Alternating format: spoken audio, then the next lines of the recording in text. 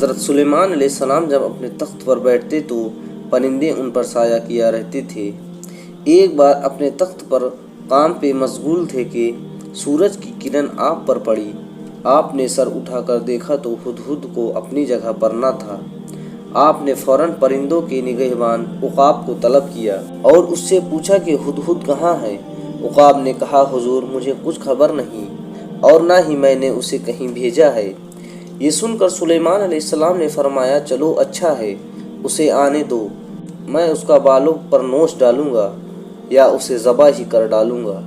البتہ اگر وہ کوئی معمول وجہ بیان کرے یا کوئی اہم خبر لائے تو میں اسے معاف کر دوں گا۔ اتنے میں عقاب ہدہد کی تلاش میں اڑا اور بہت بلندی تک چلا گیا۔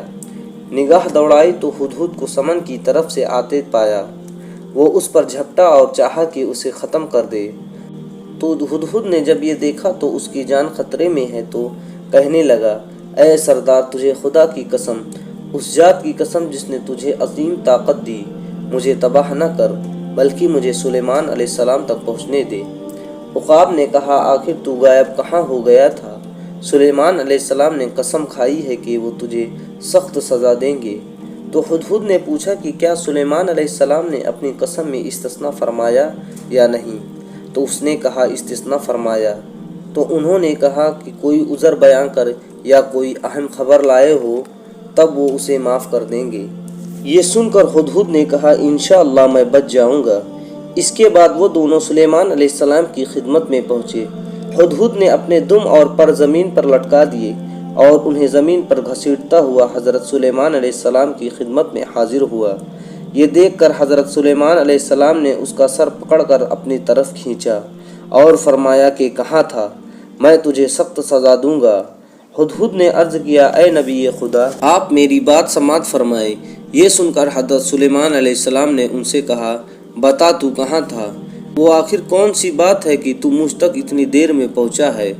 ہدہد نے کہا، میں ایک انوکھی خبر لایا ہوں جس کی آپ کو خبر نہیں۔ آپ یقیناً وہ خبر سن کر حیران ہوں گے۔ میں آپ کے لیے شہر سبا کی خبر لایا ہوں۔ میں نے دیکھا کہ ایک عورت وہاں حکمراں ہے اور اس کو وہ تمام چیزیں حاصل ہے جو ایک بادشاہ کے لیے ضروری ہوتی ہے۔ اس کے پاس ایک تخت عظیم ہے۔ اس کو اور اس کی ساری قوم کو میں نے خدا کے علاوہ سورج کا سجدہ کرتے ہوئے دیکھا ہے۔ شیطان نے ان کی نگاہوں میں ایسا عمل کی زینت دے رکھی ہے اور انہیں راہ حق سے روک رکھا ہے۔ یہ سن کر حضرت سلیمان علیہ السلام نے فرمایا، اچھا ابھی معلوم ہو جائے گا کہ تو سچ بول رہا ہے کہ جھوٹ۔ سن، میں تجھے ایک خط لکھ کر دیتا ہوں، تو اسے لے کر جا، اس کے پاس ڈال دے اور ان کی نگاہوں سے چھپ کر دیکھ کہ وہ لوگ اس خط کے بارے میں کیا گفتگو کرتے ہیں۔ ہدہد نے عرض کیا، جی حضور، میں اس حکم کی تعمیر کروں گا کیونکہ اس سے میری صداقت ظاہر ہو جائے گی۔ ہدہد وہ خط لے کر اڑا اور شہر سبا پہنچ گیا۔ ہدہد اس وقت پہنچا جب وہ تخت پر بیٹھی ہوئی تھی۔ پھر وہ تخت کے اوپر بلقیس کے سر پر کے بلائیں تھوڑی دیر ٹھہرا۔ اس وقت تمام لوگ کی نگاہیں ہدہد کی طرف تھی، یہاں تک کہ خود بلقیس بھی نظر اٹھا کر اس کی طرف دیکھی۔ جیسے ہی بلقیس نے نظریں بلند کی، ہدہد نے وہ خط اس کی گود میں رکھ دیا۔ بلقیس نے خط کھولا اور اسے غور سے دیکھا، محل میں موجود تمام سرداروں کو متوجہ کیا اور خوفزدہ ہو کر بولی، اے میرے سرداروں، میرے پاس ایک بہت ہی عزت والا خط بھیجا گیا ہے۔ یہ خط سلیمان شاہ عظیم کی طرف سے آیا ہے اور اس کے شروع میں بسم اللہ لکھا ہوا ہے، اور سب سے پہلے یہ تحریر ہے کہ سرکشی اور غرور مت کرو اور ایمان قبول کر کے میرے تابع بن کر سیدھے میرے پاس چلی آؤ۔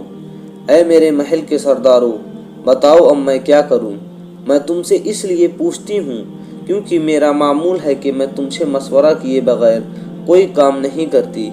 یہ سن کر ان لوگوں نے جواب دیا کہ ہم بڑی طاقت اور قوت والے ہیں اور بھرپور شجاعت رکھتے ہیں، آپ گھبراتی کیوں ہیں؟ ہم اچھی طرح مقابلہ کر سکتے ہیں اور بوقت ضرورت پوری قوت سے جنگ لڑ سکتے ہیں، تاہم آپ ہماری حاکمہ ہیں، ہم آپ کی حکم سے سرتابی نہیں کر سکتے۔ آپ خود اچھی طرح اس پر غور کر لیجئے، پھر ہمیں بتائیے کہ کیا آپ چاہتی ہیں۔ جو آپ کا حکم ہوگا ہم اس پر عمل کریں گے۔